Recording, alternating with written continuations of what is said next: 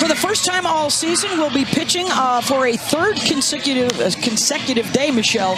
And it's also the first time since opening weekend that she will start on back-to-back days. Well, she was good yesterday. She threw 116 pitches. A little bit of trouble early in the game. A couple of walks, which Texas took advantage of. But then later through the game, she limited the free passes, used that really strong defense behind her. And so that's what they want to continue today. Try to roll those ground ball outs. That was a noon start for her yesterday, so plenty of time for rest and recovery. And here is the lineup for the Longhorns. We told you about 2 through 5 is tonight the night that Caden Henry gets things rolling. In her 2 years in SEC play, she has never been hitless in a conference series, and so far here at Georgia, 0 for 7 through the first 2 nights. So she'll try and set the table a little bit better to get things going. And get ready, because Texas has scored in the first inning in each of the first 2 games. 1 run on Saturday, 2 in the first inning yesterday. And Fisher opens up with a strike.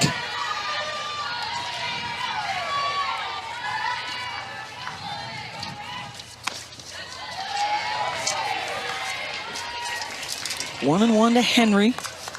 Member of their national championship team a year ago. They returned 6 field players and their ace in the circle, Tegan Cavan, who will get the start again here in game 3 after she picked up the save in game 1.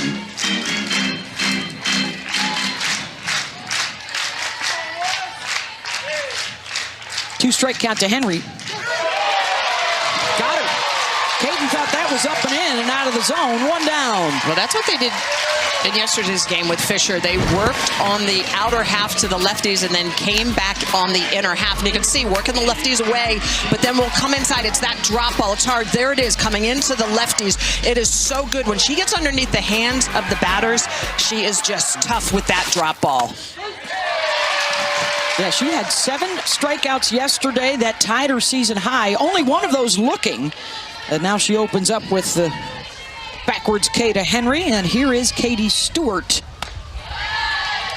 Prefacing every Stewart at-bat with the fact that she has 22 home runs on the season, and the school record is 23, held by Reese Atwood, who's in the on-deck circle. She set it last year, and Stewart rips one out to left. And a 1-out base runner for Texas as they try and score in the first inning for the 3rd straight day. Katie Stewart is just a professional hitter. If she sees you enough, she's going to be able to capitalize. And this is a pitch on the inner half that she just barrels up, drives it through the 5-6 hole. So here is Atwood. 4 for 7 so far in the series. Their career leader in home runs and runs batted in. And the active RBI leader in the country. This is a defense for Georgia that... She is the most outstanding player of the World Series last June. She is Tegan Cavan, the junior out of West Des Moines, Iowa. Her 2nd start of the series got roughed up in her first outing. And we'll try and do better here in game 3, her 20th start of the year with a 3.0 ERA. Tegan Cavan, one of the best in the business, knows how to limit free passes when she is on, has a great rise ball, drop ball, but there it is, there's the key. In relief, she was outstanding, but starting the game 2 1/3 innings, and best she gave up 5 earned runs, was pulled quickly. That was her shortest start of the season. Induces the pop-up there for out number 1 to retire Kirsten Roos. We highlight Bailey Lindemuth in that 9 spot because check out her numbers for the series. 4 for 5. Has scored a couple of times, has been on base 5 times in the 9 spot for the Bulldogs. Well, transferred over from Texas Tech last year, struggled against Texas. No sign of those struggles showing up in a Georgia uniform, however. Goodwin pops it up, and a problem for Stewart. Off the short hop. And a base runner here for the Dogs. Well, and that's communication right there. I think that's a ball that Tegan Cavan can go get. It loops up in the air, and when a ball loops up in the air as a pitcher, you got to go get it. She's probably communicating a little bit with Katie, and you can see she looks at Katie instead of going and getting the ball. So opportunity missed for Cavan to pick up that out. They are going to score a base hit, however, for Goodwin. So the early base runner here for Georgia. That'll bring up Taylor Ellison. Senior out of McDonough, Georgia. Had a 2-run single off of Cavan on Saturday evening.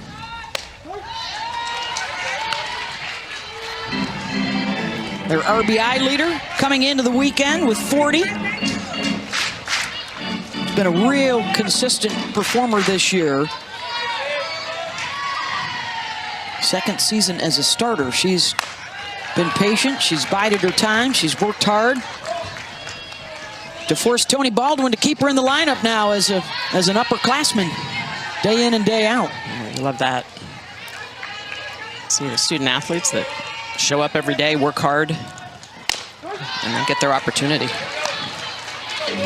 Georgia in the series hitting .343 with a runner on base. Another enthusiastic, energetic crowd here in Athens tonight. Ellison, ground ball to third. Nichols gets the lead runner, and that'll be it. 2 down.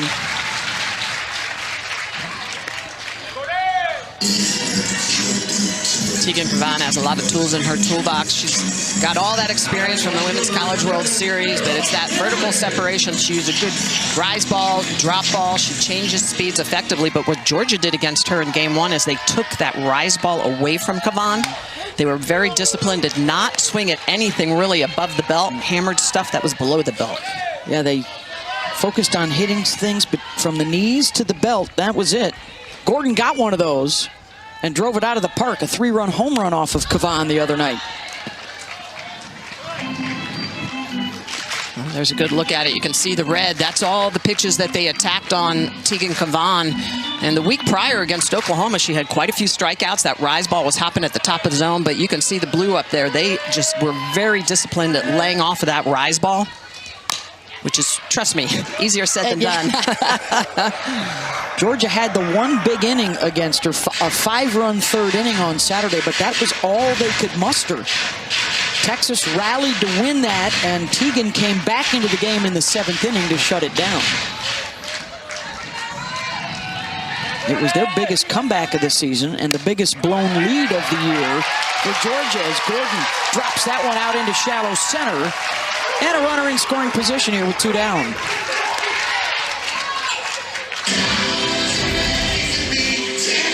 This is a Georgia offense that is a lot of station to station. That is a rise ball that she's going to get underneath, get enough of it to pop it out onto the green.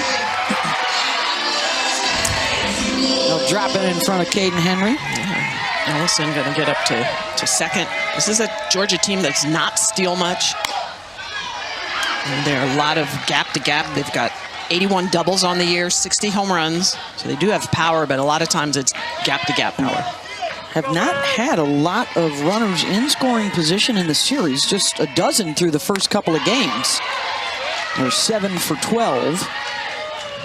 Here's Natalie Ray, who has moved up in the batting order a couple of spots after she had a pair of hits yesterday, or excuse me, a pair of RBIs, a single and a sac fly. Chance here for her. Cavan at 71 miles an hour blows it by. Yeah, and the pitch prior was that changeup at 61 miles an hour. When Cavan uses that effectively low in the zone and varies those speeds on that changeup between 58 and 60 miles an hour, she can be tough. Really sets up that hard drop and hard rise ball. 1-2 pitch. Ray fouls it off. Natalie's the transfer from Ole Miss and North Georgia. Came into the weekend with the best conference batting average in the SEC at 500.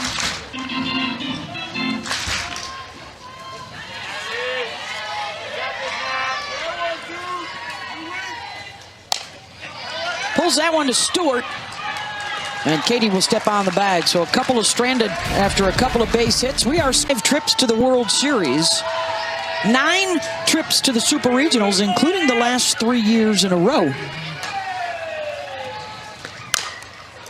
Chopped back up the middle, and Vivi Martinez leads off the second with a single. It's 4, 5, and 6 coming up for Texas. Preseason #1 in the polls, preseason favorites in the SEC. A win today keeps them 3 back with 6 games to play in the regular season behind Oklahoma and Alabama. They do not have the head-to-head against either of those. In fact, that's their last 2 series that Alabama and Oklahoma won. And now Texas trying to fend off losing a 3rd in a row for the first time in 8 years. Good. Good sacrifice.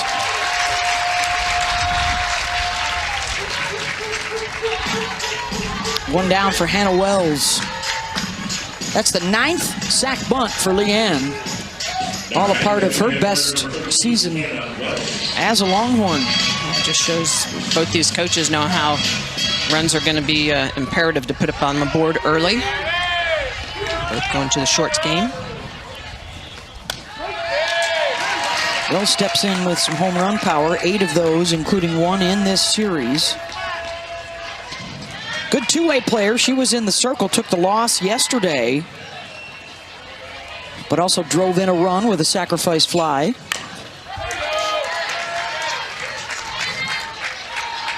Going right at her, even with first base open. She had that home run in game 1 on a pitch that was just too sweet. That was off the lefty, Randy Rolling.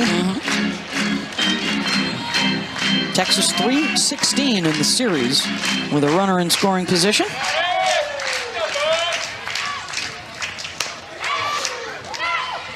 In at the knees, 1 and 2.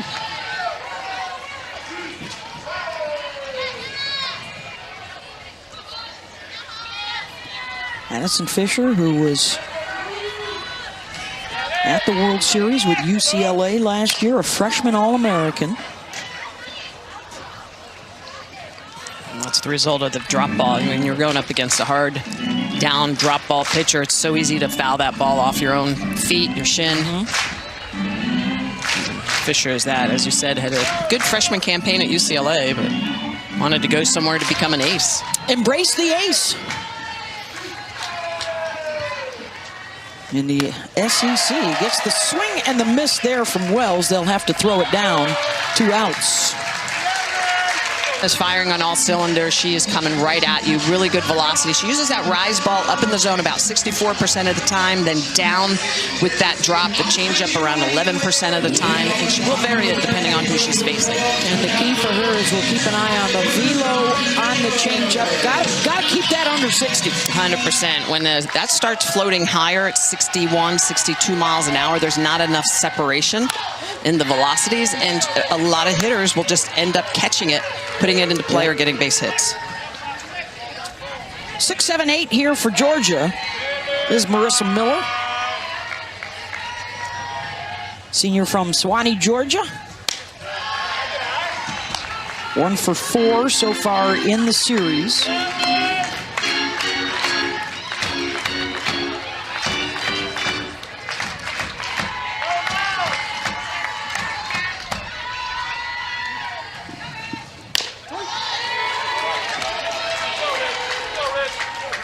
One and 2.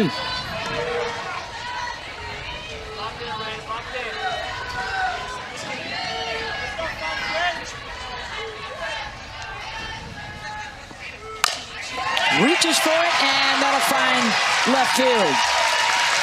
Well, and Bet, that's the changeup we just talked about. On a 1-2 pitch, so in a situation where she is ahead, she should win this pitch. She throws a changeup, but it's too fast. It's 61 miles an hour, and I just mentioned it. When it's too fast, what happens? The hitters will catch up to it with that barrel and punch it through the 5-6 hole, and so that's exactly what Marissa Miller did. Great base hit to lead off the inning. Already 3 hits through the first 6 batters for Georgia. And Gabby Novickus, the infield pop. Stewart will take it, 1 down. Texas hoping to get Kavan back on track. She's 0-2 in her last 4 starts, Michelle. And opponents have scored 21 runs in 21 innings. Yeah, she has been beat up. Now, granted, the opponents have been really tough, but, you know, she's given up quite a few home runs, the earned runs. You just don't always expect it from Kavan, but you're right. She needs to tighten up a couple little things. Digby drops down the bunt. Teagan quick out of the circle to get there. And with 2 down, Miller now in scoring position. What? And And the key for Kavan, as you can see in those last 20 innings pitched, Beth, it's the ERA over 6. That's just unheard of. How about the whip? Almost 2 runners per inning getting on base. Bailey Lindemuth, and this will be one time through the order for Teagan. As we mentioned, though, at the top of the program, Bailey's been swinging a good bat this series. These two squared off last year in the championship series in Oklahoma City when Bailey was with Texas Tech.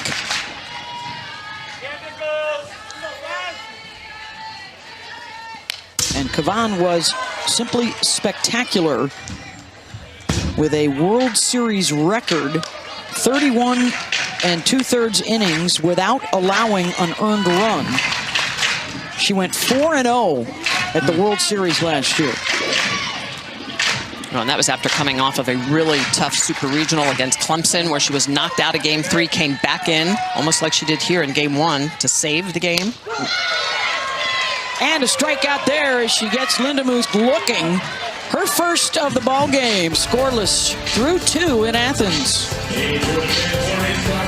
This is Marissa Miller, senior from Sewanee, Georgia. 1 for 4 so far in the series.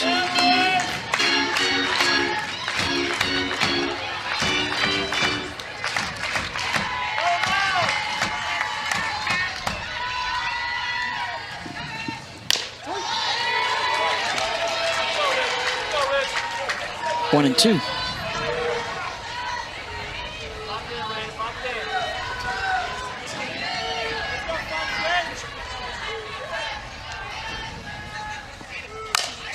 Reaches for it, and that'll find left field. Well, and Beth, that's the changeup we just talked about. On a 1-2 pitch, so in a situation where she is ahead, she should win this pitch. She throws a changeup, but it's too fast. It's 61 miles an hour, and I just mentioned it. When it's too fast, what happens? The hitters will catch up to it with that barrel and punch it through the 5-6 hole, and so that's exactly what Marissa Miller did. Great base hit to lead off the inning. Already 3 hits through the first 6 batters for Georgia. And Gabby Novickus, the infield pop. Stewart will take it 1 down. Texas hoping to get Kavan back on track. She's 0-2 in her last 4 starts, Michelle. And opponents have scored 21 runs in 21 innings. Yeah, she has been beat up. Now, granted, the opponents have been really tough. Really good. But, you know, she's given up quite a few home runs, the earned runs. You just don't always expect it from Kavan, but you're right. She needs to tighten up a couple little things. Digby drops down the bunt. Teagan quick out of the circle to get there. And with 2 down, Miller now in scoring position. What? And the key for Kavan, as you can see in those last 20 innings pitched, Beth, it's the ERA over 6. That's just unheard of. How about the whip? Almost 2 runners per inning getting on base. Bailey Lindemuth, and this will be one time through the order for Teagan. As we mentioned, though, at the top of the program, Bailey's been swinging a good bat this series. These two squared off last year in the championship series in Oklahoma City when Bailey was with Texas Tech.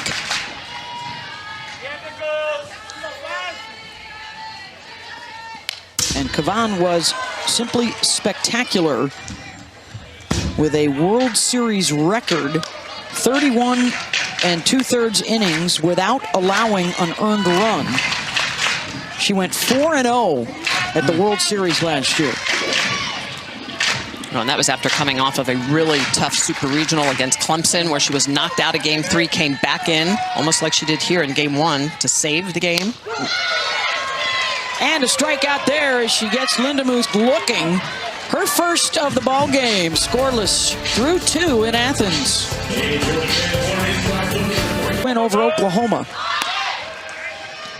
Sooners won the series. Texas grabbed game 3 last weekend, and one of the farthest home runs we've seen in just a season chock full of them all over the place, in particular Oklahoma and UCLA. Both those programs going to blow through the 161 that the Oklahoma 2021 team holds. Could both do it this week. this Georgia team heads to Norman next weekend. And UCLA and Oregon, a game behind Nebraska in the Big Ten standings. UCLA finishes with Washington and Oregon.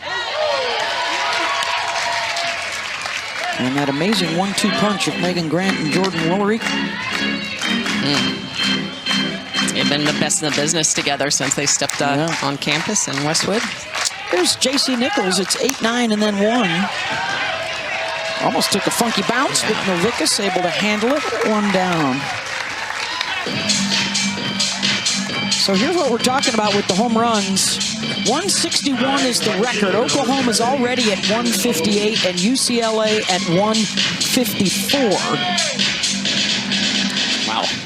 And when you go with Grant and Woolery and you talk about Kendall Wells at Oklahoma, first time in the history of the game we've had 3 30 home run hitters in a single season. Well, and a lot of the individual records too. Some of them you got to go back over 30 years. Yeah. Kendall Wells at OU pursuing the Laura Espinoza single season record. 1995 at Arizona. Of course, yesterday she tied the Oklahoma record set by Jocelyn Allo, who actually has done it twice, hitting 34. 34, yeah, that's right. Jalo shots. 3-0 to Maloney. Fisher trying not to walk the number 9 hitter here for Texas. So Kendall with 34, that ties their school record. Megan Grant has tied Stacy Newman at UCLA. And of course here, Katie Stewart, 1 behind Reese Atwood. They both might get up this inning.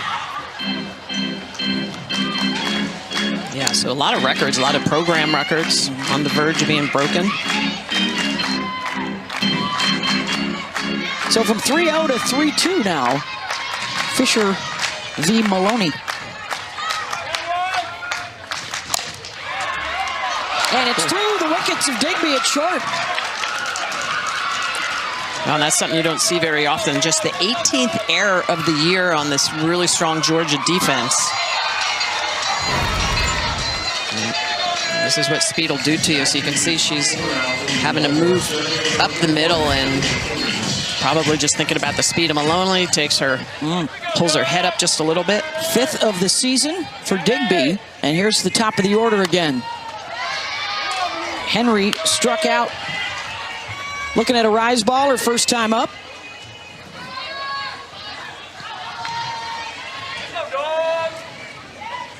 One of 2 strikeouts for Fisher, the first time through the lineup. Caden Henry now 0 for 8 in the series. Has never been hitless in an SEC series over the last 2 years.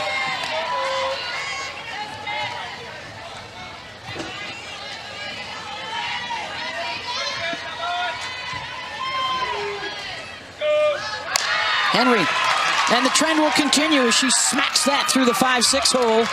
And a couple on with 1 out for Katie Stewart. Well, that was a hit and run, so Maloney was on the move on that pitch. Great job by Henry to bash that through the 5-6 hole, but this is the reason they wanted her up. Katie Stewart in this situation. Singled, her first time up.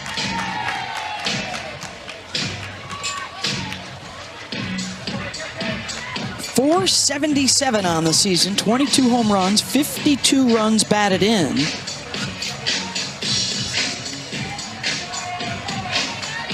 Big difference for her this year with Mike White and their new hitting coach, Aaron Earlywine. She has been much better dealing up in the zone and knowing which rise balls to hit and which ones not to hit. Absolutely. It's pitch selection, Beth, but it's also some mechanical changes, very subtle, but getting the front foot down and the bat a little flatter to be able to catch that pitch up in the zone. Now against Fisher, she's going to see a lot of drop balls. They've been trying to keep the ball in the yard, obviously. Fisher's given up just 4 home runs this year, mostly because she does throw that drop ball about 70% of the time.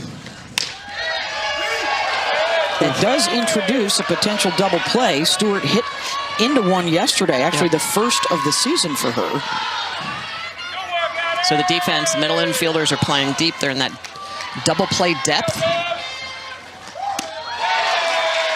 And that's when you know the ball is moving a lot. That's a 2-0 count, and you know, she is just diving in, and that ball's just falling off the table. Kind of that sword swing. This is just her second wrist opportunity of the series. Fisher coming in on her hands, 2-2. Really challenging her on the inner half with that really late, sharp downward movement. And as a pitcher, you just have to trust it. You got to throw it, let the ball do the work, trust that it's going to break down. Chop to short, and Digby can't handle it cleanly, and the bases are loaded for Reese Atwood.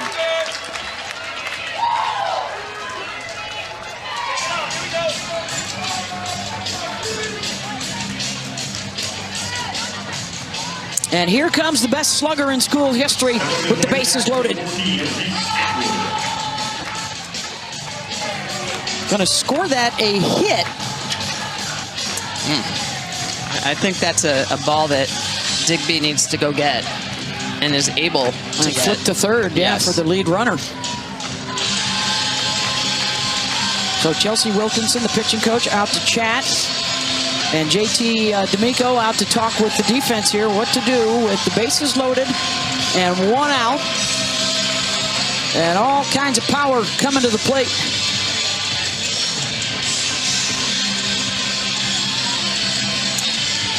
Well, more than likely, they're going to be challenging Reese on the lower half. They just got to pick a side if they're going to go out and keep the middles up the middle, or if they're going to come inside to her and then try to cover that 5-6 hole. Double play depth here initially for the Maloney at third. They had the opportunity to still get that out at home. So a pair of runs come in. See if they score that a fielder's choice, and then a second error on the middle infield here. Atwood will pick up an RBI.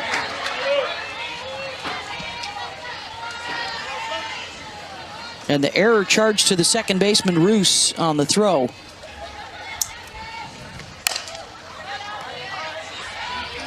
So we spoke so highly of the defense, Michelle. They've been good all year long, but some issues in the top of the third for Georgia, and it's a 2-0 Texas advantage. Well, with a team like Texas, you give them one extra opportunity, they're going to score. You give them a couple, and they're going to put crooked numbers up. That's what they've done here. Vivi Martinez trying to keep it going. She singled her first time up. Her fourth hit already of the series. Been having a good weekend. A little more responsibility for her with the shuffling of the batting order for Texas. So now she's protecting Stewart and Atwood instead of hitting in front of them. Yeah, and I like this move because I think Katie Stewart, you needed to get her in the 2-hole to have her have extra at-bats. When she was in the 4 and 5 hole, she simply wasn't always coming up, and that change happened after the Alabama series for the Oklahoma series at home for Texas. And Reese's power numbers have been down a little bit, but for average hitting, she's been doing a good job of protecting Stewart.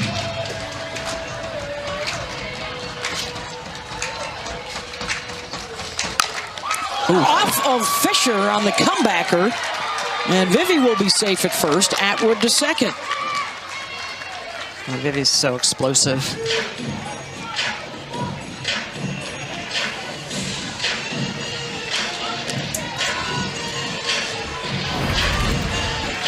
This Texas team knows what they're hunting. They're looking down, and this is just a pitch that's too much over the white. The height is all right, but just too much over the middle of the plate.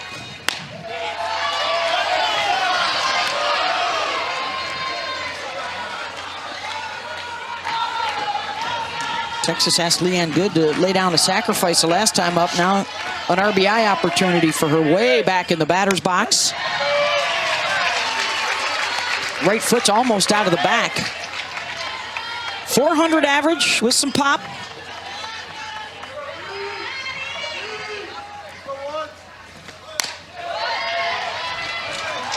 Fisher trying to work those margins, those corners.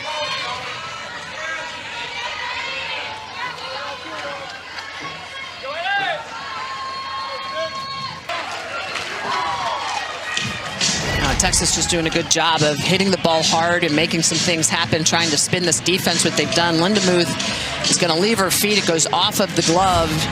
And with Digby up the middle, that one's just going to scooch through to the green, and another run plated for Texas. 3 up on the board here in the third. Scored an RBI single. Both the batters who got on base on the errors have scored, so that's really the free passes that have hurt Georgia. So 4 singles and a couple of errors fueling this surge by Texas. And Hannah Wells now with runners on the corners, and it hits the base runner Martinez, but fortunately for Texas, she's in foul ground. Which is why when you're at third, you are always taught to make sure that you are leading off into foul territory. Yes. So if you're hit, you're not out. She's inside that baseline, she would have been out. That's right. Which we saw that in the series, too. Yes, we have. We've seen a lot of interesting plays. Hannah Wells struck out on a drop ball back in the second.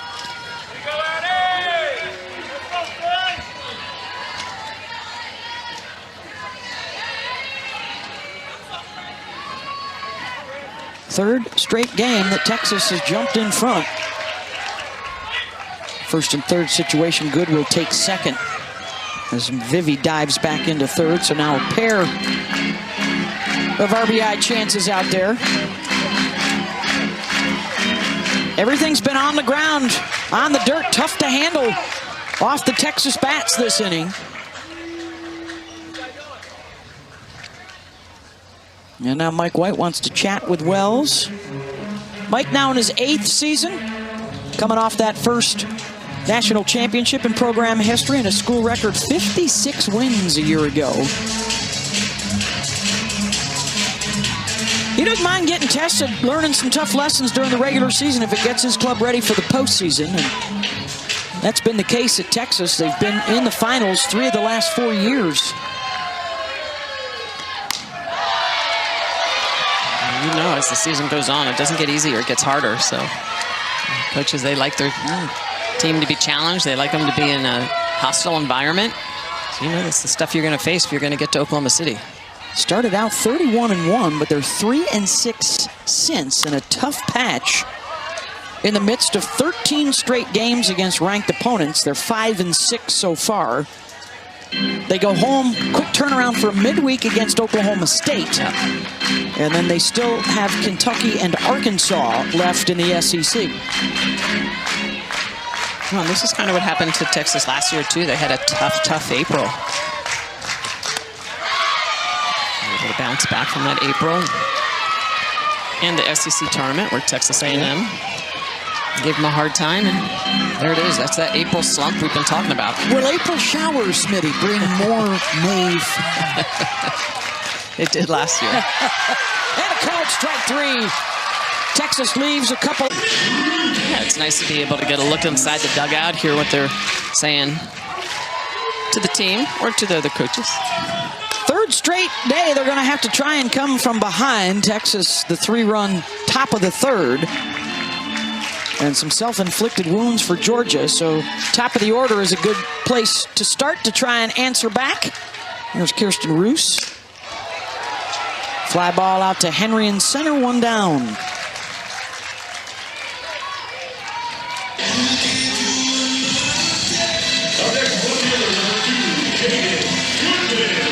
Georgia doesn't have an easy road either. They still have a road trip at Oklahoma next weekend, and then they'll finish here at home against Florida.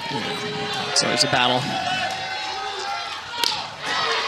That's the difference right now, is that this Georgia team is swinging at the rise ball that Kavan is throwing at the top of the zone. They laid off that in game 1.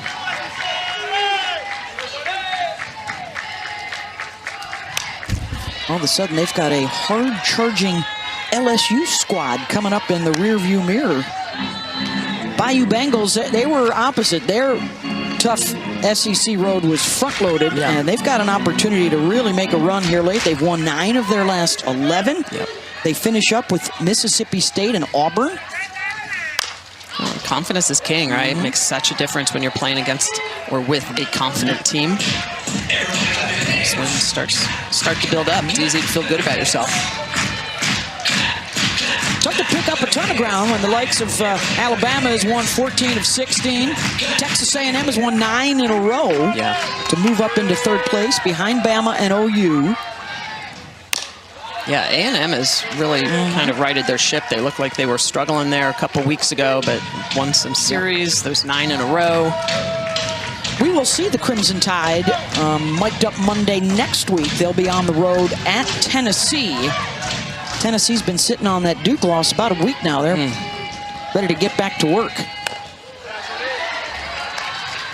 And that'll be interesting seeing Carlin Pickens. And she had that injury earlier in the year. To see what kind of recovery she's going through. So, it's a long season, and the SEC is a gauntlet. Against that Alabama offense that is vastly improved.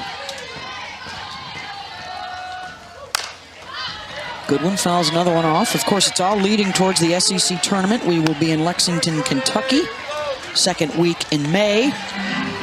And then we jet off to Selection Sunday, May 10th, where we will not only have the top 16 seeded this year, but the top 32 seeded this year.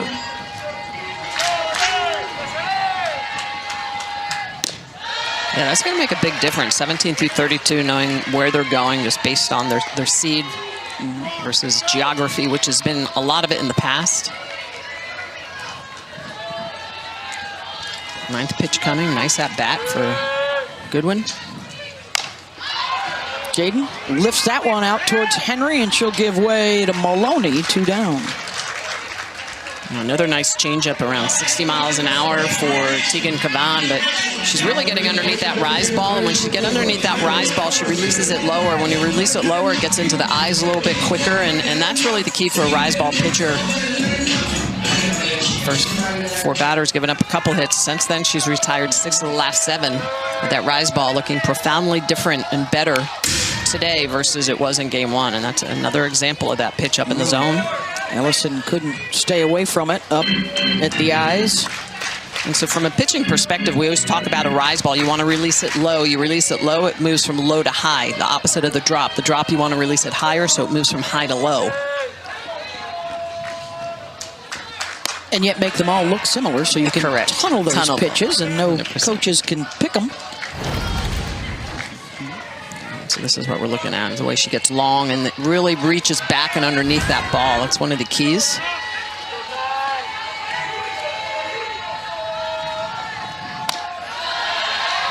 The other key, too, is that last pitch we just showed you is a changeup. So the way she's getting around that pitch, she's a little bit more upright, but it looks like all the other pitches, right? And that's the key point of a good off-speed or changeup pitch, is that you got to sell it.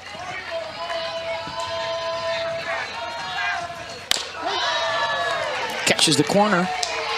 2-2 with 2 outs. Cavan looking for a 1-2-3 inning.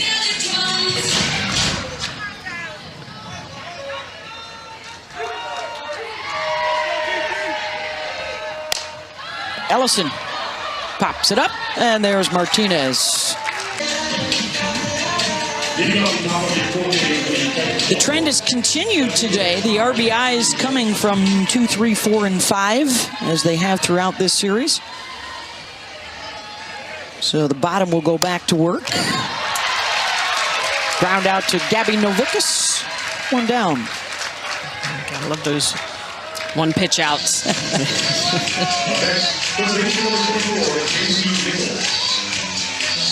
That'll bring up J.C. Nichols. Ground out to first base, her first time out.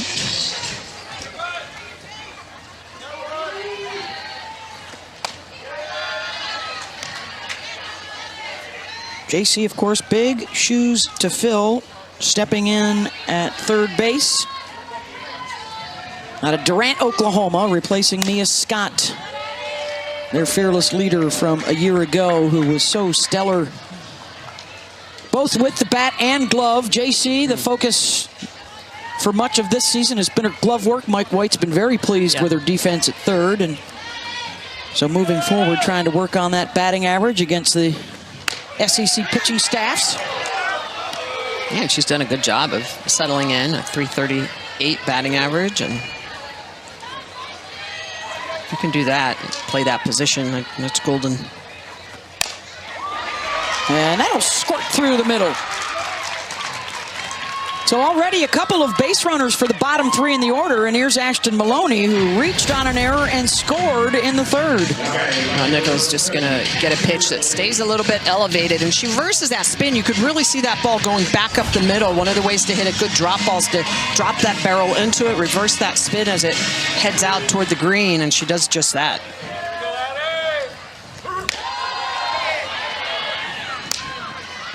Maloney will complete the second time through the batting order for Texas, and already 5 different Longhorns with hits tonight.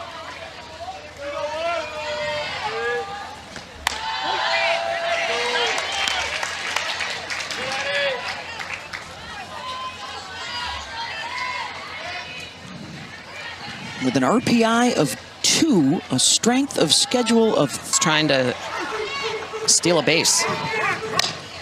Maloney. Yeah, and that'll be the third out of the inning.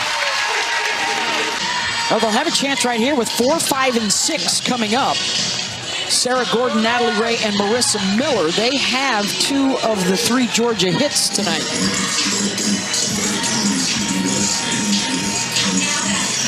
Yeah, and Kavan has been efficient, just 40 pitches through 3 innings of work. Sarah now has a hit in all 3 games in the series.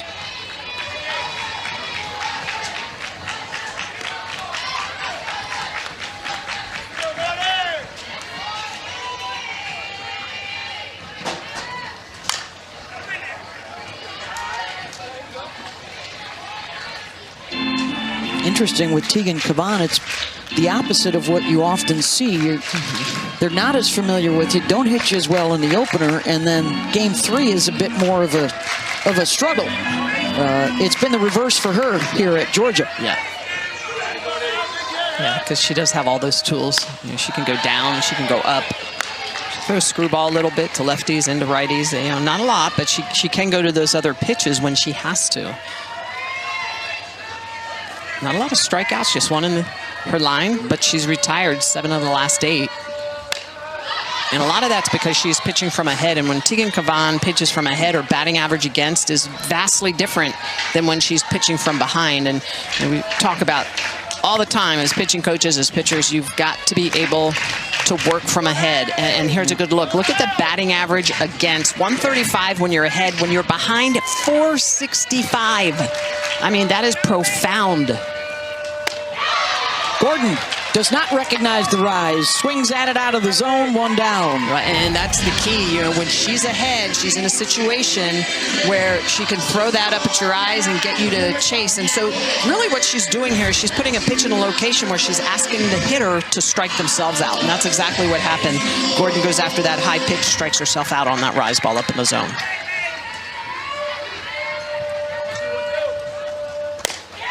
Well, it's the recognition from Mike White, from Patty Ruth, and from Tegan. Okay, we won a national championship, great, but I can't be the same pitcher the next year. We're not defending a championship. They say they're attacking a championship.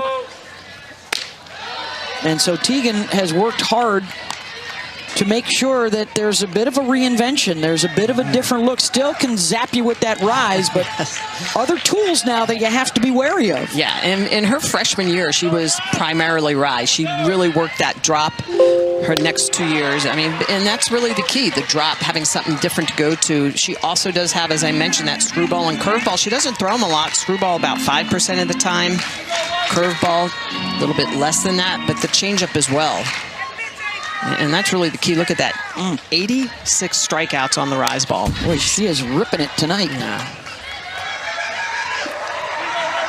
You know, we talk about her changeup as well. When she's keeping that under 60 miles an hour, it really does help set up the rise ball. Gives the hitter less time to identify, okay, it's hard. All right, now it's up and too far out of the zone. Oh, I'm not sure. I'm swinging through it. All those awful things that go through your head as a hitter. I've identified it as hard and get out of your kitchen. Exactly.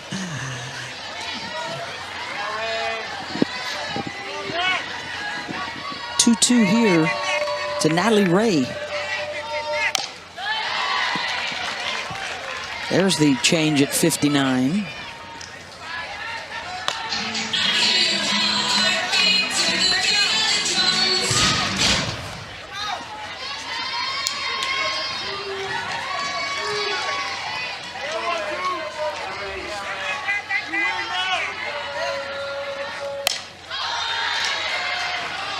fouls that away.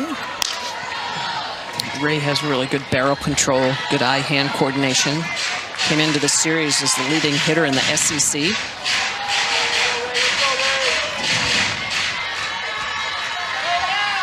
Still hitting .468. Got under it. Henry will come back in to make the catch, 2 down.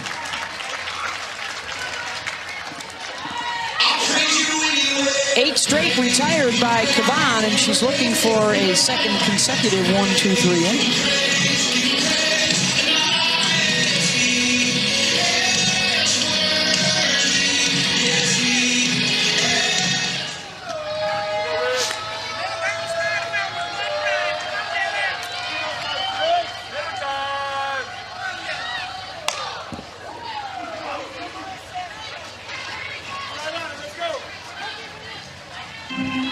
There's Marissa Miller, singled out to left field, back in the second inning.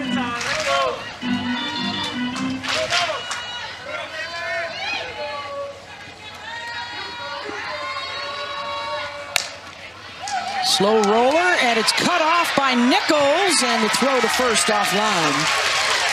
And Miller is aboard for the second time tonight. Well, and that's probably a ball that needs to go all the way through to Vivi Martinez. Nice effort by Nichols, but Martinez was right in that 5-6 hole, and I think that's what Martinez is going to talk with Nichols about. So you can see she's going to go down, and Vivi Martinez is right there to be able to go get it, especially with Miller being a right-handed batter. Plenty of time for the shortstop to go deep in the hole and get that. So this will pass the bat to Gabby Novickas. Popped up to first, her first time around.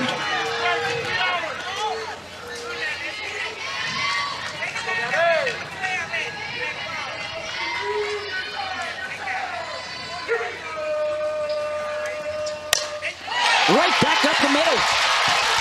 And for the third of their 4 innings, they've got a runner in scoring position.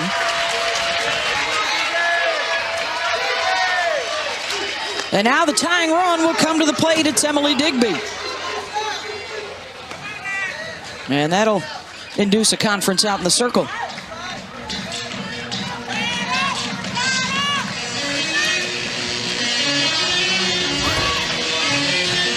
Digby grounded back to Cavan, her first time up. She's 1 for 7 so far in the series. Had that web gem at short that ended game 2 yesterday. Digby can run into a ball. She's got 7 home runs on the year. She's got some pop in that bat. 7 doubles. She also has one of the 2 errors involved in that 3-run third inning for Texas, so a shot at a little redemption here for Digby.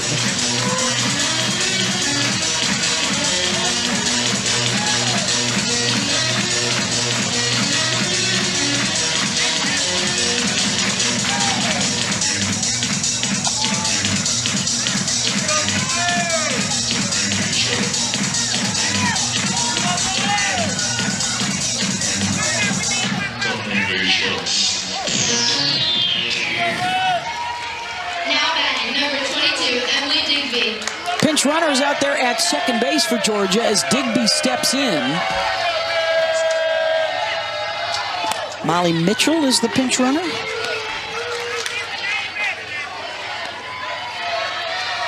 As the tying run digs in at home. Back-to-back singles with 2 outs here for Georgia.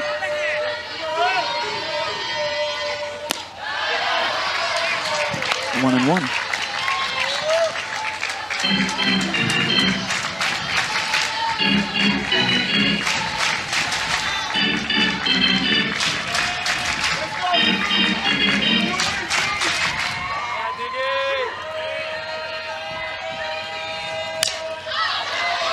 Georgia has trailed early in both games in the series. They have rallied to take the lead in both games of the series. Lost it in game 1, held on to it in game 2. Boy, and you can really see the shift for Texas. Look at the way that Kaden Bennett, the center fielder, is way over. Excuse me, that's Kaden Henry. Bennett is the left fielder who's pulled well over as well. Inside to Digby, 2-2. Everybody clap your hands. Clap, clap, clap, clap your hands. Clap, clap, clap, clap your hands.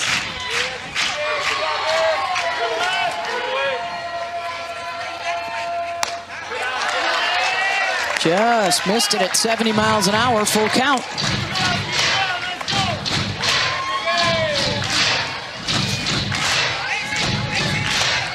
Base runners will be on the move here for Georgia.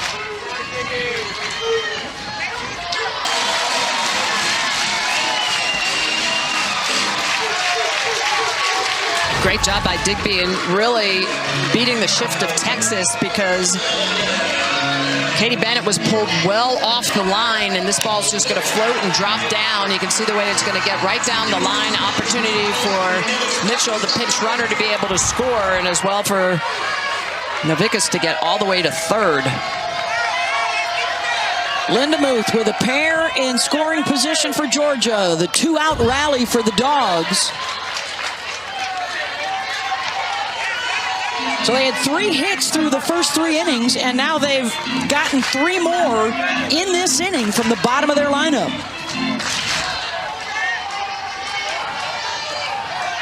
And all of them with 2 outs. So it's a great job passing the bat for Georgia. Caban struck out Lindemuth back in the second. Nice pick by Reese Atwood, showing why she's one of the best catchers in the game back there behind the dish.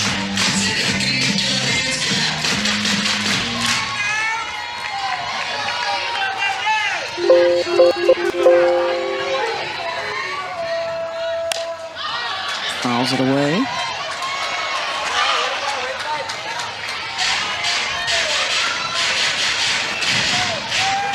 .326 on the year with a runner in scoring position.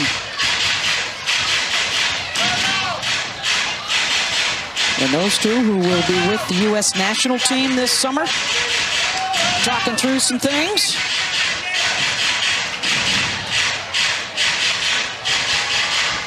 Well, this is a big one here because Kirsten Roos is waiting on the on-deck circle leadoff hitter who has some good pop, really a lot of energy. Big part of this offense for Georgia. Do not want her getting up with the bases loaded.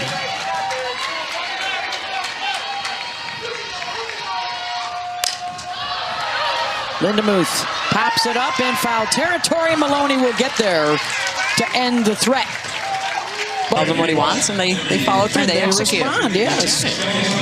Got to run up. They left a couple more out there, but let's see if Georgia can grab the momentum here and get a 1-2-3 inning and get back to work. Easier said than done, however, against the top of the Texas order. Henry, Stewart, and Atwood coming up for the 3rd time to face Fisher for the 2nd day in a row. And now Randy Rolling has come on. And she induces the ground ball. 1 down.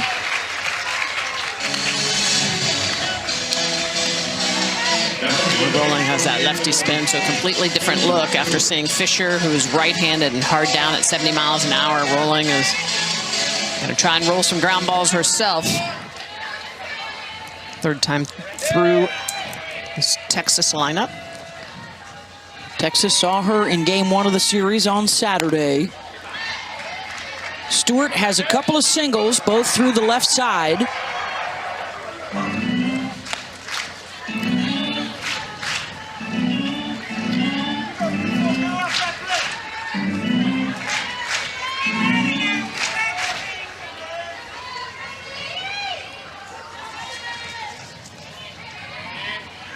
There's the 0-1 from Rolling.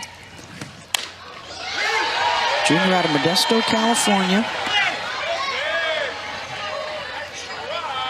Fisher, 4 innings of work tonight, 0 earned runs. The 3-run third included a couple of Georgia miscues. 3 strikeouts. She rolled 7 ground balls out. Had that double play, so really did her job. It was just some uncharacteristic defensive miscues that put that 3 spot up for Texas. And for Randy Rolling, 5 2/3 innings of work against Texas on Saturday. Threw over 100 pitches. And gets Stewart to pop it up, and Randy will take care of this business herself. 2 down.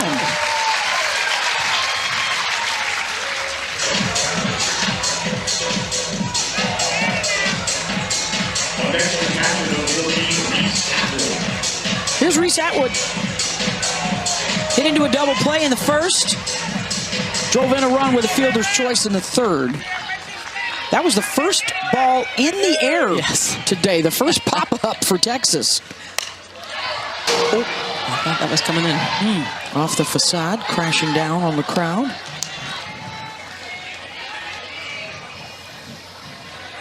It's close. Thought it was going to go after my salad. You were going to have to save us, Smitty? Is that what you're saying? Yes, exactly.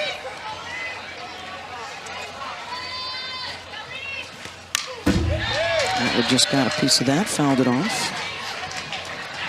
I'm sure this Texas team right now is like thankfully not having to try to pick a pitch off their shoelaces. Trying to look at something knee and above. Rolling trying to get the 1-2-3 inning here. Coming out of the bullpen for Georgia. Right back to her. And Randy taking care of business. So a little momentum swing towards the dog. Third time through seeing Cavan in this game. Opportunity to try to hunt something. Roos drives Bennett back, and then she circles around to make the catch. 1 down. Texas has held the lead off to 0 for 3 tonight. And here's Jaden Goodwin.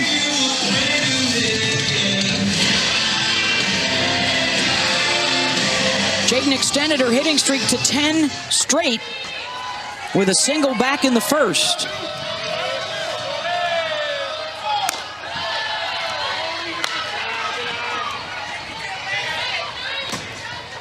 Takes a look at ball 1.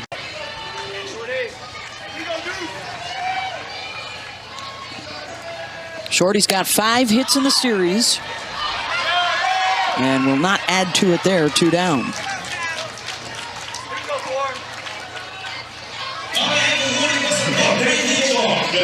Good by Vivi Martinez to go back on that. Bennett was coming in.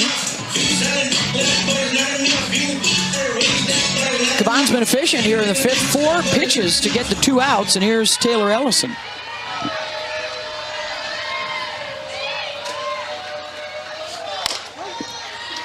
In for a strike. Well, really, she's been efficient in the game. Beth, 72 pitches here in the bottom of the 5th. That's impressive. Usually we want to say 15 pitches an inning, plus or minus. 0-2.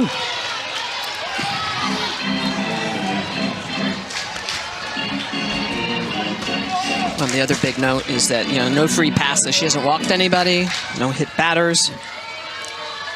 Only a couple of strikeouts thus far.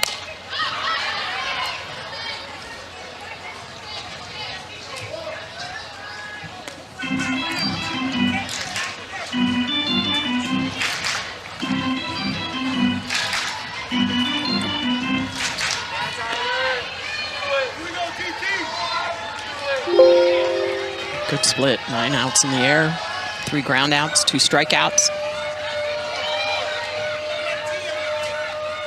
And Cavan's the type of pitcher that, she can get strikeouts in bunches. Just recently, last week, had her strikeout number 500.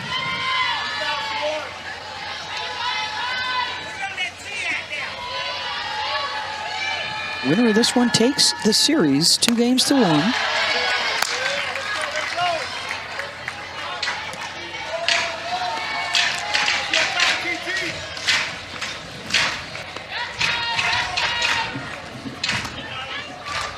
Both these clubs with top 16 RPIs, which would put them in a position to host regional play in the NCAA tournament.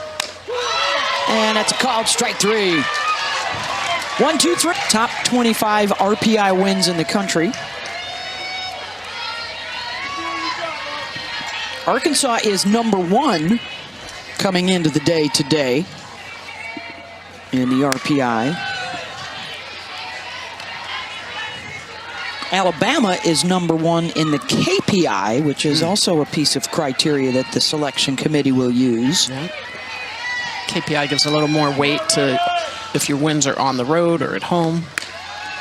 Oklahoma State, by the way, huge that midweek contest because right now they're on the host bubble. Yeah. They're fighting for one of those top 16 spots in the RPI. Yeah, they have a lot of good quad 1 wins, and there's a lot that goes into this formula for the selection committee. Martinez, not well, drop in for a base hit. Vivi leads off the 6th with her 3rd single of the night. I like Vivi in that 4-hole. I know she's protecting Stort and Atwood, but she does such a good job. That's a pitch, a rise ball that's up. A little bit of a jam job, but because she's so strong, finishes her swing, she gets that extra momentum, power on the ball to be able to get it to drop on the green. That'll bring up Leanne Good. Put down a sacrifice in the 2nd, and then had an RBI single in the 3rd. Skies that. Roos is under it. 1 down.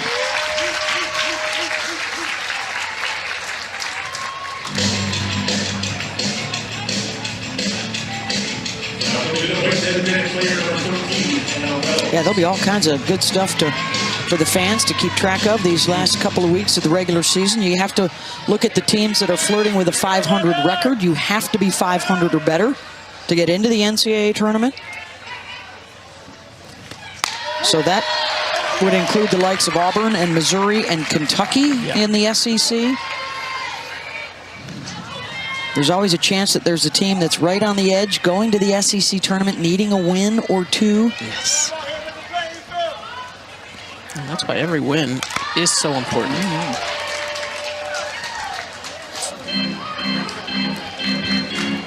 There is your 500 record watch right now. We're also with the likes of Louisiana and Liberty, who are usually in the tournament year in and year out. Of course, Liberty, the stunning upset of Texas A&M in the regionals last year.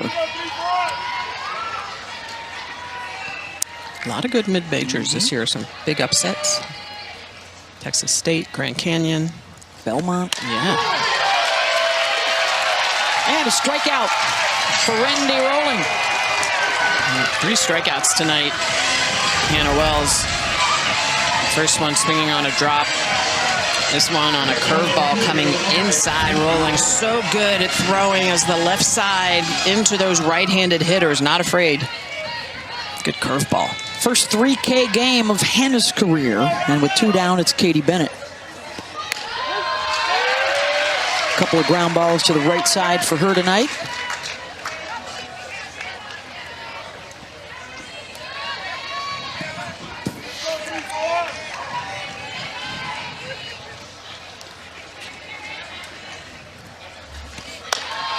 Just shows how tough the SEC is. So you hit a 0-2 pitch on the outer half for a home run in game 1, and guess what? You don't see another one of those. No, you do not. Nope. And they were like, oh, we're going to attack you under the hands. We're going to give you everything else but that pitch.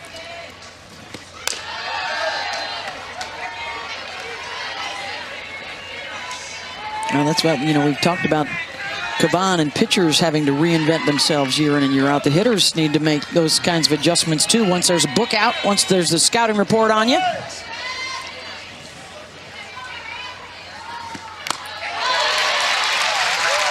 Yeah, exactly. To your point, Beth, you know if you've hit a pitch that more than likely you're not going to get it again, or if you do, you're going to get it when the pitcher can throw it for a ball, can try to elevate it out of the zone or run you out of the zone.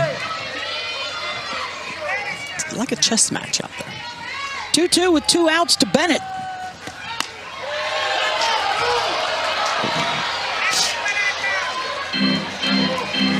And now counts full. So Vivi Martinez will be running at first.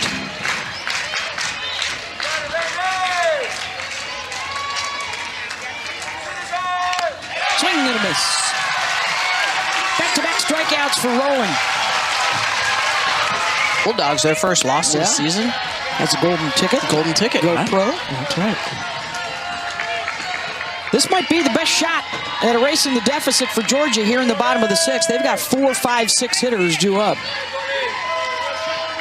Sarah Gordon a single and a strikeout, and Gordon drives one down the line towards the foul pole and out of play.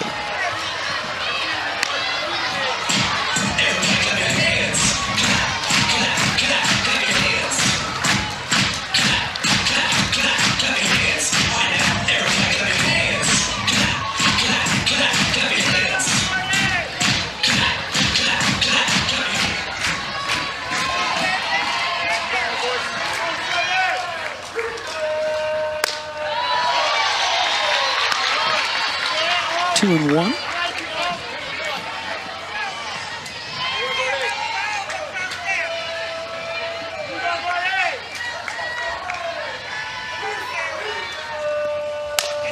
Gordon knocks that one off of Martinez, and the tying run will come to the plate for Georgia.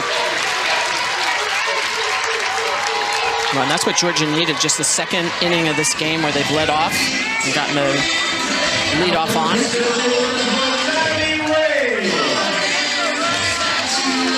And this is a moment that Tony Baldwin was looking for. He moves Ray up in the batting order behind Gordon.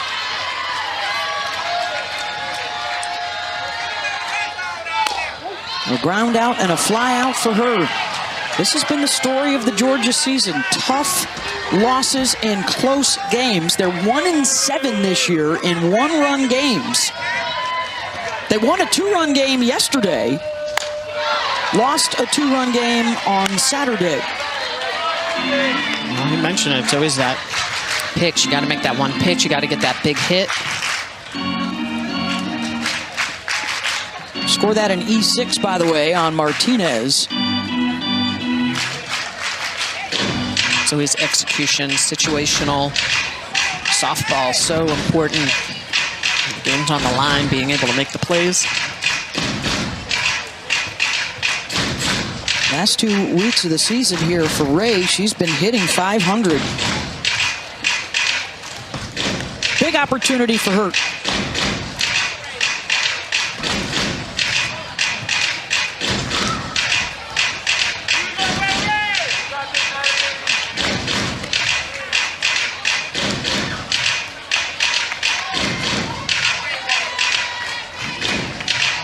Down 0-2, just needs to be productive, put that ball down somewhere. Kavan tried to get her to chase. Absolutely, in that count, you're putting that rise ball up above her eyeballs.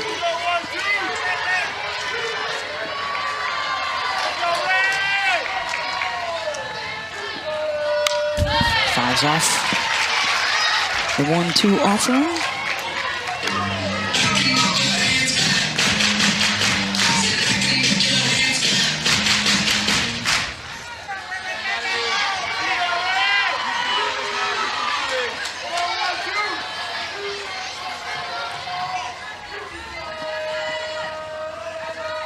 And Kavan gets her. Strikeout number 4, 1 down. That's a big get for Kavan because Ray does not strike out a lot, just her 10th of the year, but that's a really good rise ball on the outer half. It's got late sharp movement. She just gets Ray to swing underneath of it for that big first out of the inning. Marissa Miller, who has 2 for 2, a couple of singles. Her pinch runner scored in the 4th. The lone run up on the board for the Dogs.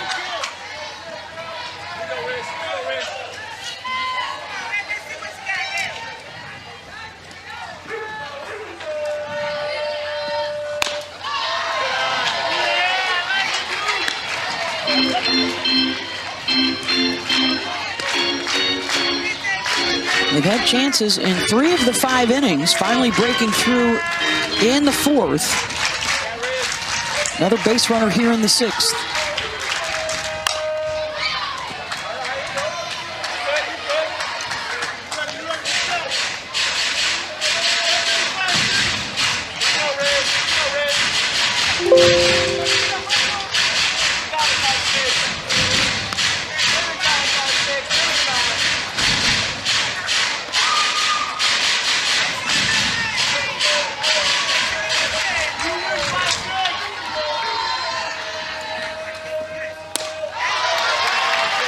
misses low. 3-1. Yeah, big count here for Miller, who's 2 for 2 on the night. Raised her batting average a bit here in this game. It's hard to do against Cavan. Tegan has not walked anybody yet tonight.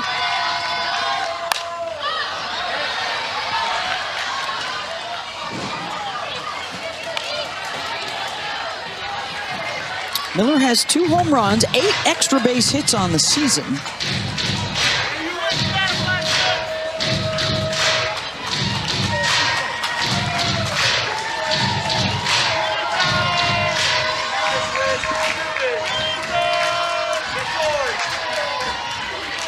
Full count. Got her.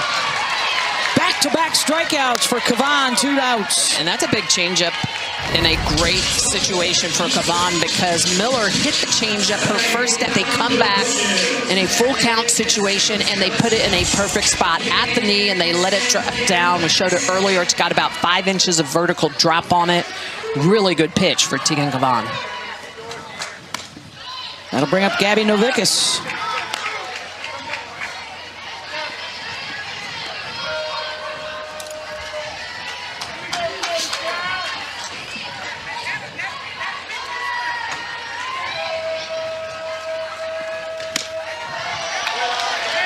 Missed low, 2-0. Cavan's changeup we talk about a lot. The one that she gave up the base hit to Miller on was 61 miles an hour. The one that she just threw for the strikeout, 59 miles an hour. So continuing to make adjustments throughout the game on her pitches. Falling behind here. Got Novickus to swing at what looked like ball 3. Yeah, another changeup. I mean, that's a big pitch. When you're 2-0 and a leverage count for the hitter and you come back with a 59-mile-an-hour changeup.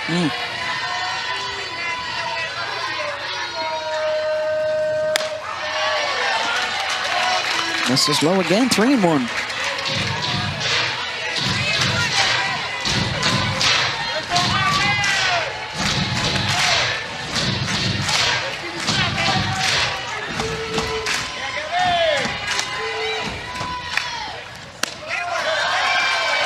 And ball 4 will get the tying run aboard and the go-ahead to the plate. And it's Emily Digby who had the RBI double in the 4th inning. It's just the first walk of the game. Cavan, last 2 batters, running up to 3-ball count, starting to work behind a little bit here late in the game. So a pair of base runners off of an error and a walk. Pinch runner will come on here for Georgia at first base. And some bullpen activity for Texas. Citlali Gutierrez. Looks like Natalie Donaldson is the pinch runner at first for Georgia, the tying run.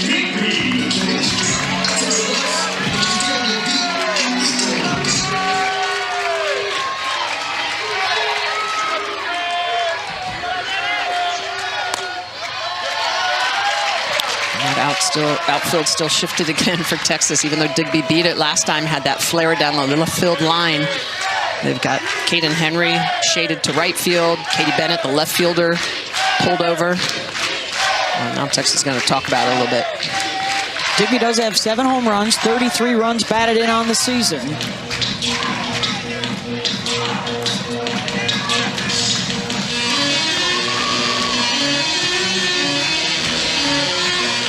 Gutierrez awaits if need be. She was terrific in her relief performance in Game 1 on Saturday. She's such a good mix with Tegan Cavan. Cavan's a lot of high heat, rise ball, and Citlali Gutierrez is a really good curve ball, down ball, off-speed curve that she blends very well with the hard curve.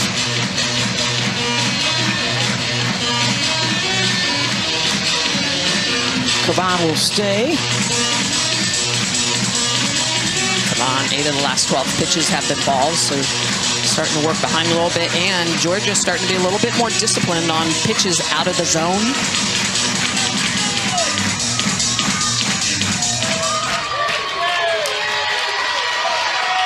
Down a pair, 2 on with 2 outs. Jammed her. 1-1.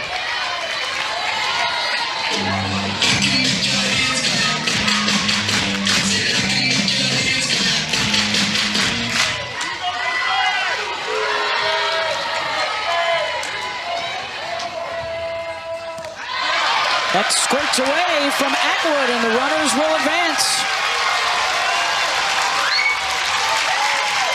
So a serious threat for Georgia without a hit in the inning. Gordon at third, Donaldson at second. And Digby's one swing away from tying it up or taking the lead.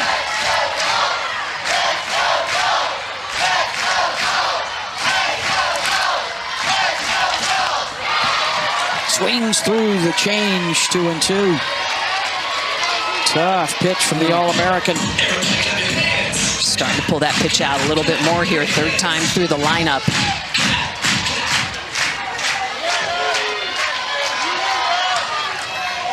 In the 7th.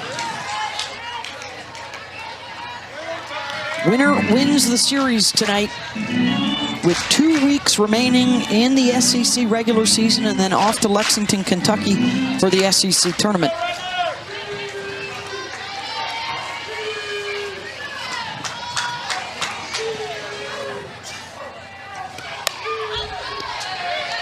Nichols now 0-2. It's 8-9 and then 1. Randy Rowland coming on in relief here, working her third inning. Has given up just the 1 hit to the first 7 she's faced.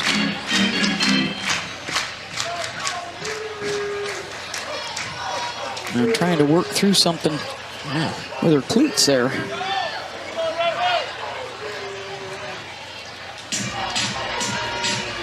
She's asking if she can have a pitch.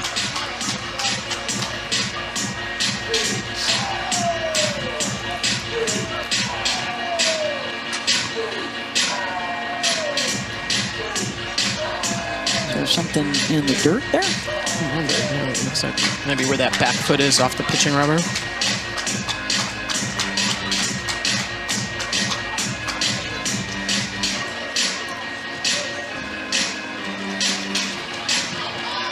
Drama in all 3 of the games here in Athens this weekend. Been tight and competitive. Comeback win for Texas in game 1. A comeback win for Georgia in game 2.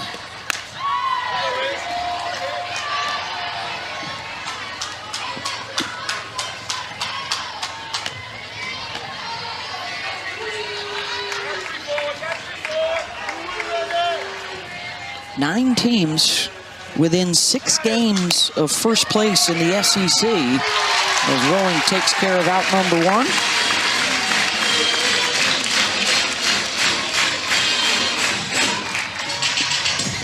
And here's Ashton Maloney.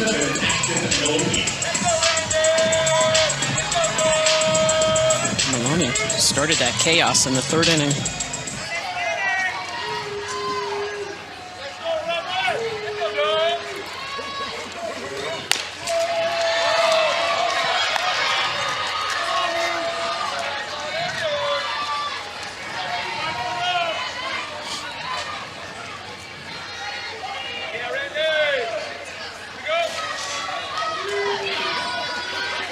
Reached on an error in the 3rd, grounded out in the 4th.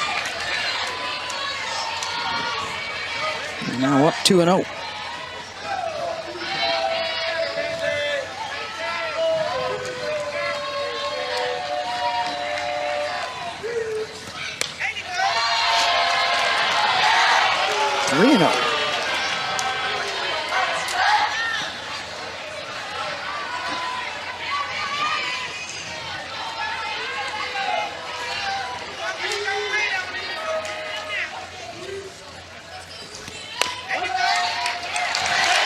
Taken all the way on that one. Yeah, Maloney doesn't walk a lot, just 16 on the year as a slapper. She doesn't strike out a lot, though, either. Just 7 strikeouts on the year.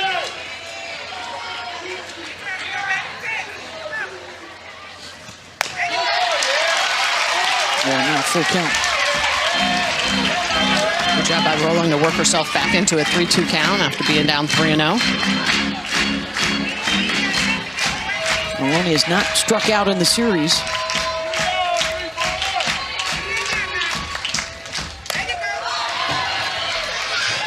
Fouls it back. Nice juggling catch. That's right. By the guy wearing the Randy Rolling jersey. Right.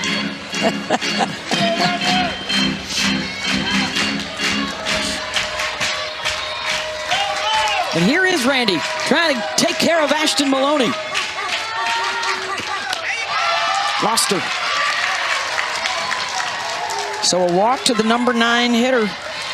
And Maloney's on base for the second time. One area that Georgia's cleaned up, just the first walk of the game given up against and 2 Texas.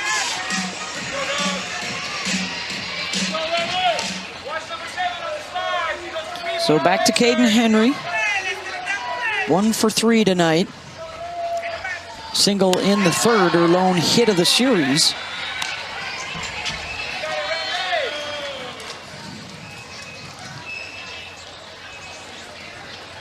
And Wilkinson will come out to talk with Rolling.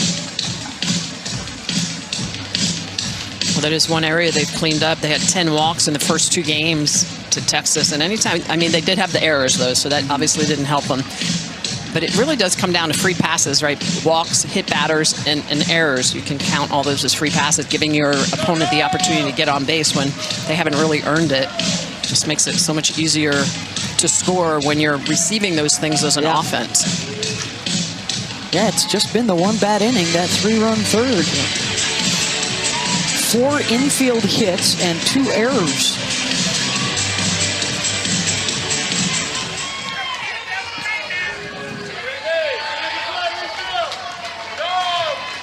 Texas without a hit with a runner on base since that 3rd inning.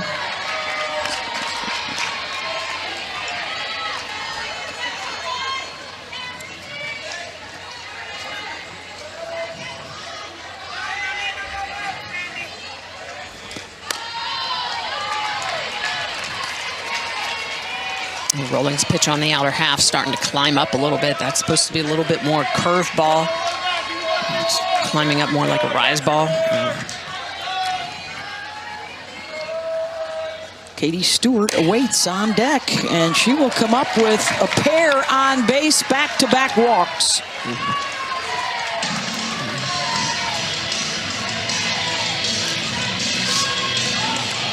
Well, Katie Stewart is very good at hitting off left-handed pitchers. The home run that she hit against Oklahoma, the moonshot, was off of Audrey Lowry, a lefty.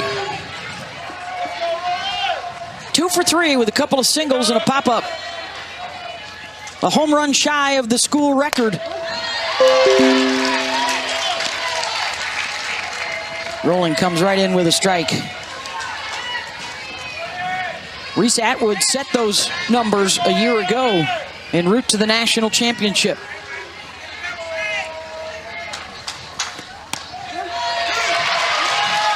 We're now 0-2.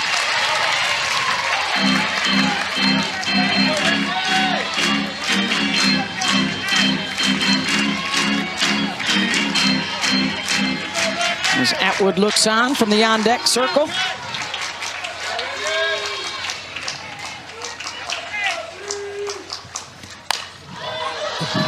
Not a play. Just missed that. On an 0-2 pitch. It's a little close. You have to remember, Rolling gave up the 0-2 home run to Hannah Wells.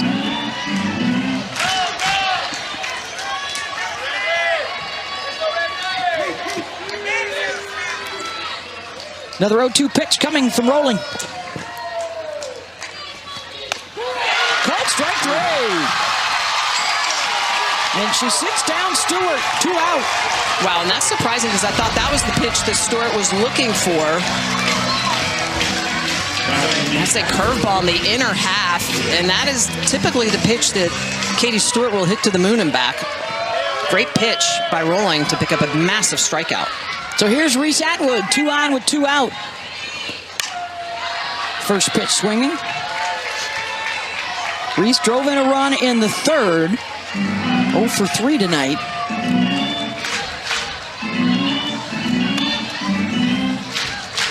If the Dogs can get out of this, they will have 9-1-2 coming up. And a chance to walk it off in the bottom of the 7th.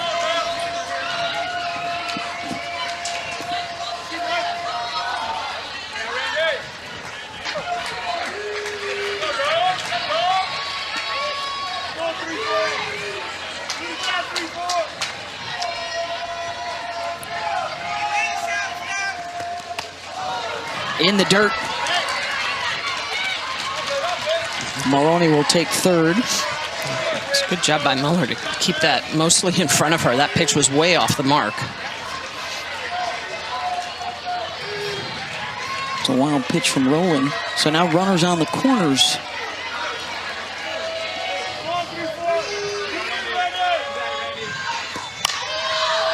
Atwood, not a play again.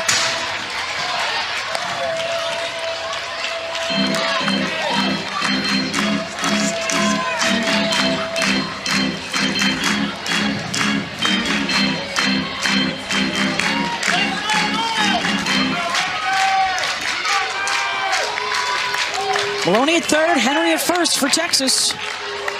1-2 pitch to Reese Atwood.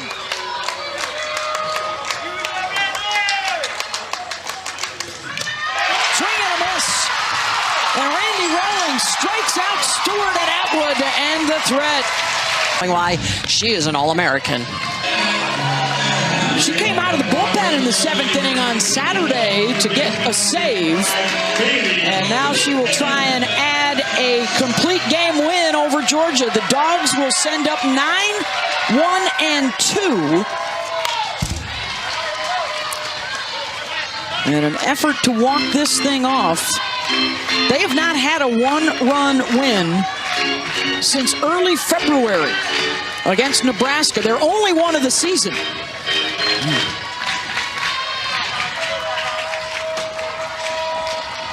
Lindemuth is 0 for 2 tonight.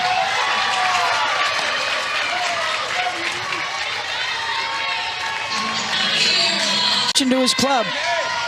We need that one clutch hit to break through in the close games. Late in games. Like he calls it a boop and a blast. And he would love a boop and a blast. Yes, he would. Right about now. Even a boop boop blast would be good. Or blast blast boop. I mean, whatever order, he'll take it. Cavan ahead of Lindemuth, 1-2. Teagan with 6 strikeouts, most of them in the last couple of innings.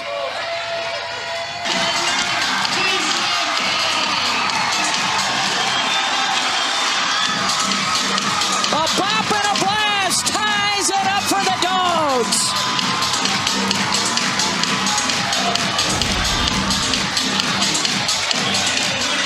Goodwin is great in a really big moment. Pitch that is just not elevated enough. It's at the belt, and that is a no-doubter deep into the night. Jaden Goodwin, massive blast to tie up this game. How about her 8th of the year? First game-tying home run of the season for Jaden. And now one swing could win it for Georgia. Here's Taylor Ellison in the 3 spot, 0 for 3 tonight. Well, Cavan is susceptible to the long ball. That's the 15th of the year that she's given up in her last 4 starts. It's the 7th home run she's given up. Got a stoppage. Fan dropped something over the outfield fence, so Cavan will reset.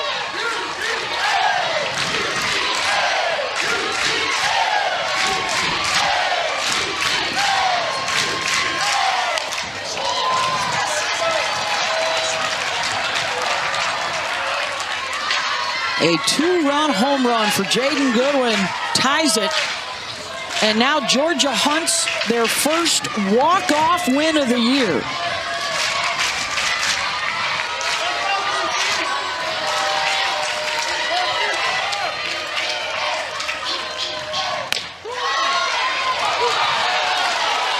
And a call called strike 3, 2 down. And here's Sarah Gordon, who hit a home run off of Cavan on Saturday.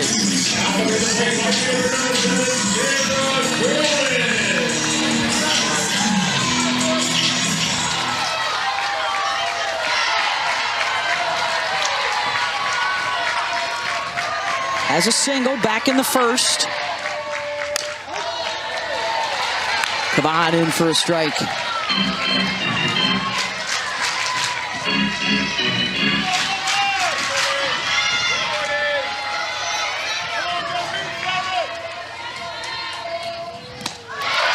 Down the dirt, 1-1.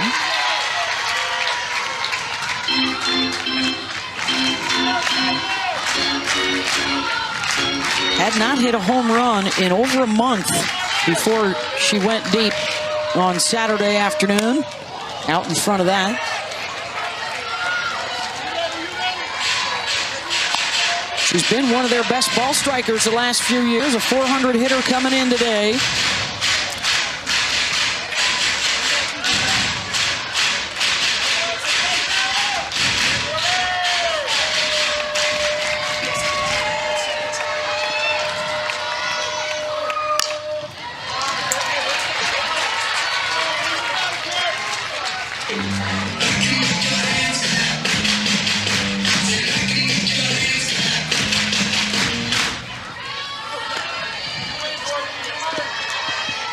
Georgia trying to win a series against the defending national champs. Texas trying to force extras here.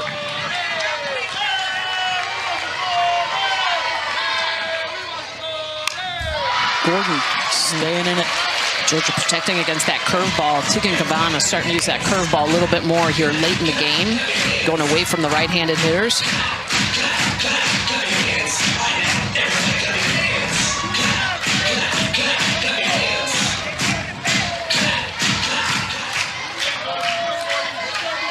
One-two pitch coming to Gordon. Pops it up. Drifting over and under it to make the catch is Nichols.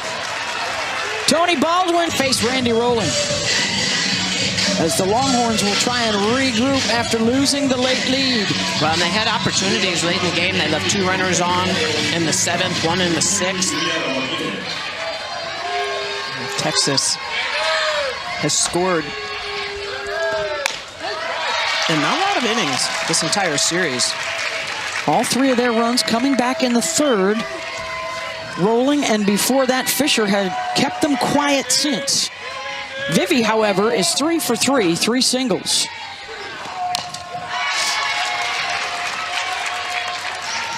Yeah, they scored in just the first inning in game 2.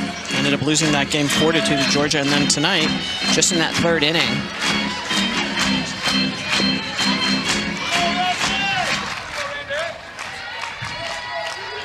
Oh-2 from Rolling. Lace one there.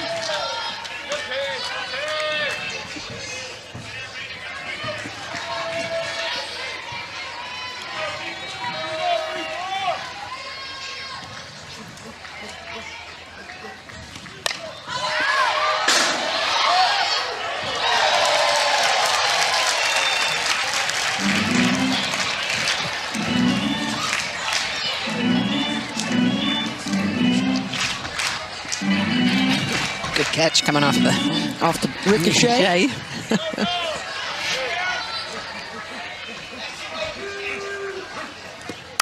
Martinez smacks it through the 5-6 hole. And the go-ahead aboard for Texas to lead off the top of the 8th. 4 for 4 on the night. Wow. She's been outstanding. 3 of the 4 hits going the opposite way, just letting that ball travel.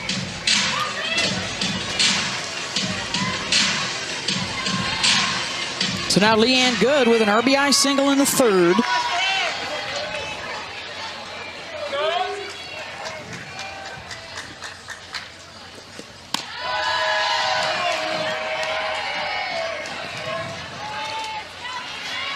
Second 4-hit game of the season for Vivi.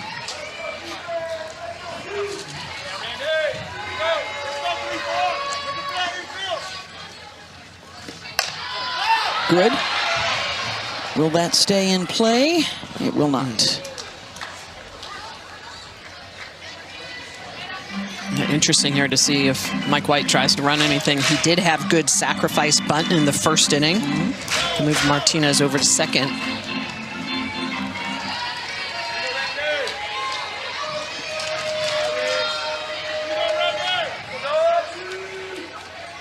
One from rolling.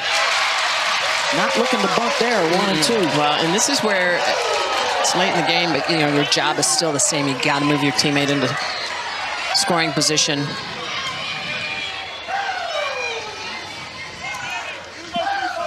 Productive outs are the name of the game late.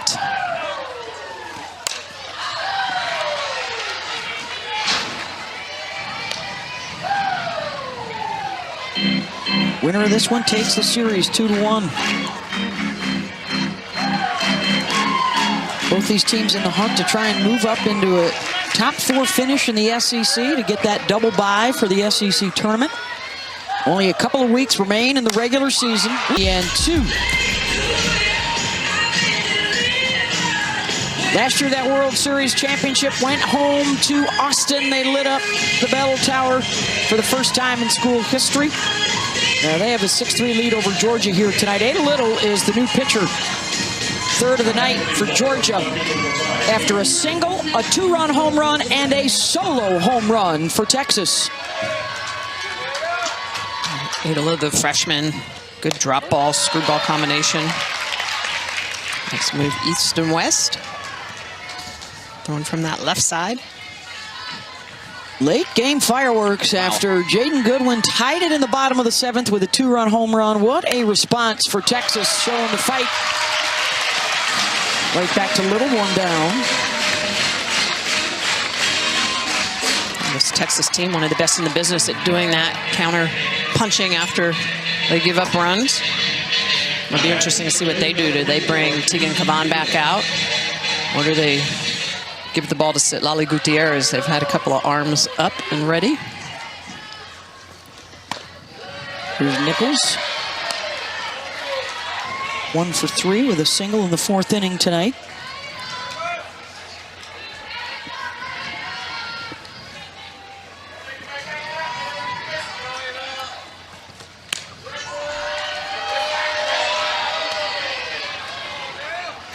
Two and 0.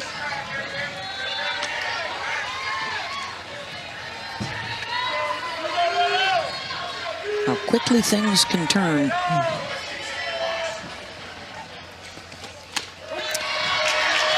Well, Beth, you know, that's why for young pitchers it's so important to think the game, know where you're at, what pitch are you throwing, what's the count, where am I trying to throw this pitch? I mean, all those questions you have to ask yourself before you deliver the ball.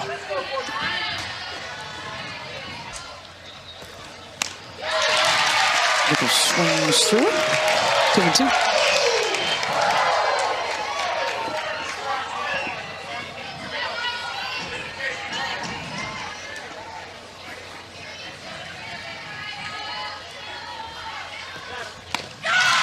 Gets the strikeout, 2 down.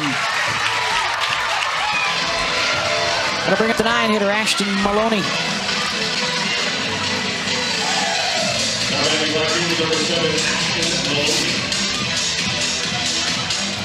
Has reached twice on an error and a walk. Scored a run back in the 3rd.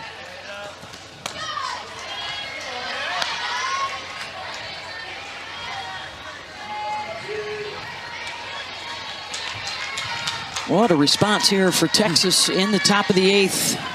Back-to-back home runs.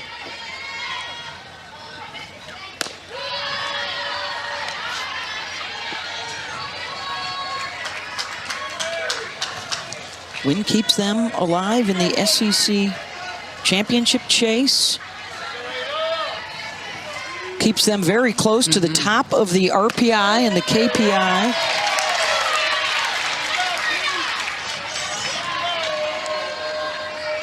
Mike White has talked openly this year. We want to win the SEC, and we want to be better down the stretch, leading to another deep run in Oklahoma City. Maloney, and no play at first for Digby with Maloney's speed. And a 2-out base runner.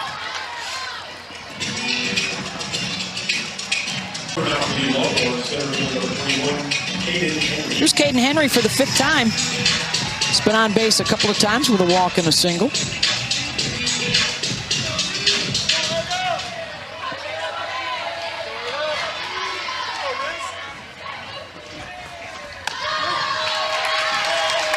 Takes a look at strike one. Ray, Miller, and Novickis would be due up in the 8th for Georgia. Off the glove of Little, and that'll ricochet out into right field. Maloney racing around for 3rd. And runners on the corners with 2 outs, and that gets Katie Stewart another at-bat.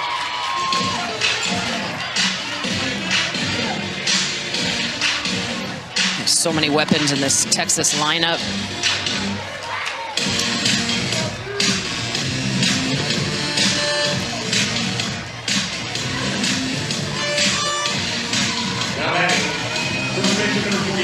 Couple of singles and popped up and struck out looking at a curveball in the 7th inning.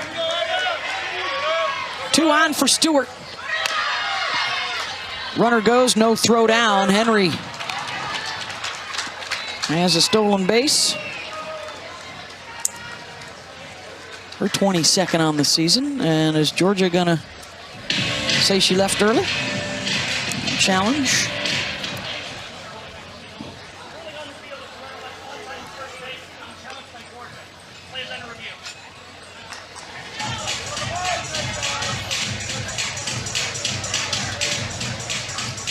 I think I read his lips, they're challenging. I think they are challenging. I don't know why anybody would leave a base with Katie Stewart at the plate. Exactly. And Katie Stewart is not going to get a chance to swing. That's going to be the 3rd out. Yep. Yeah, ate a little, has a little bit of a pause and a hitch in her wind up and delivery. But you got to make sure that ball's gone. Yeah, I mean, you may be trotting around the bases. Let her swing it. Looks like this will be a good challenge for Georgia.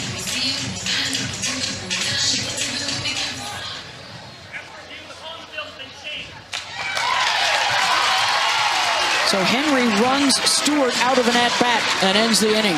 But it is 6-3 Texas, back-to-back at the Jack here in the 8th. How about Leanne Good stepping up, a 2-run shot to get Texas the lead, and then Hannah Wells, the freshman, another 0-2 pitch. 0 for 3 tonight. And they're going to keep the ball in Tegan Cavan's hands for this 8th inning. 119 pitches.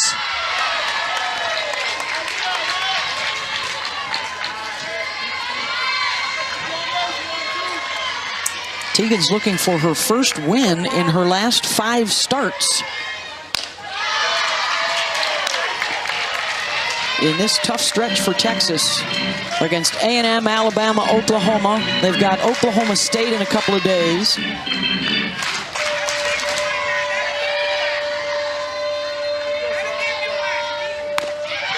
And it is a 3-0 count to Ray.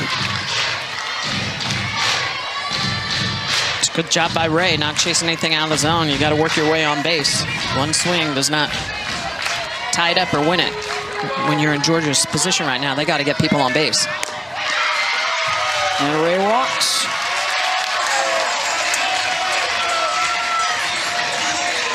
This is the stuff that makes coaches chew antacids. It's just the 2nd walk from Cavan. Gets the tying run to the on-deck circle. And Marissa Miller, who has a couple of hits tonight, will step into the batter's box.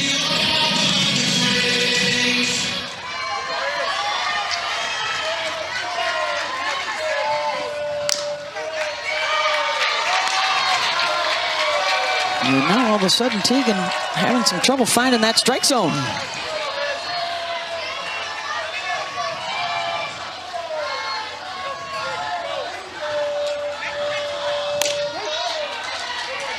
There it is, 1-1. Good low rise, and they're continuing to throw the rise ball, not really going downstairs to that drop ball When she has thrown her drop earlier in this game, it has been a little bit low. So staying with that.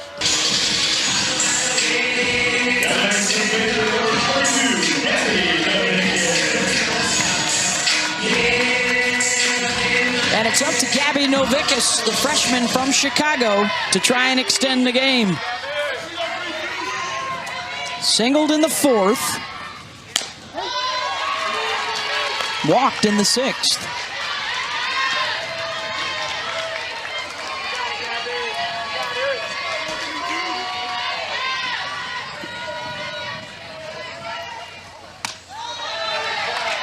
One and one.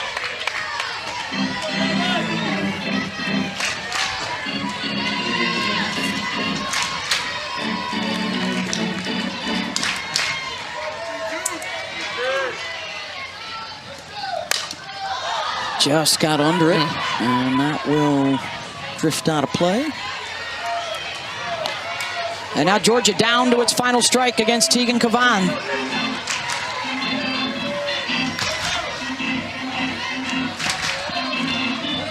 Late inning game 3 heroics for the 2nd weekend in a row for the Longhorns.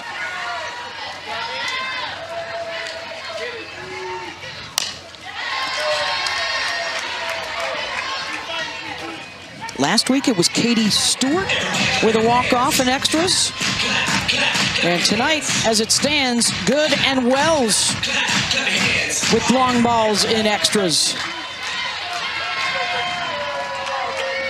And gets the complete game victory. And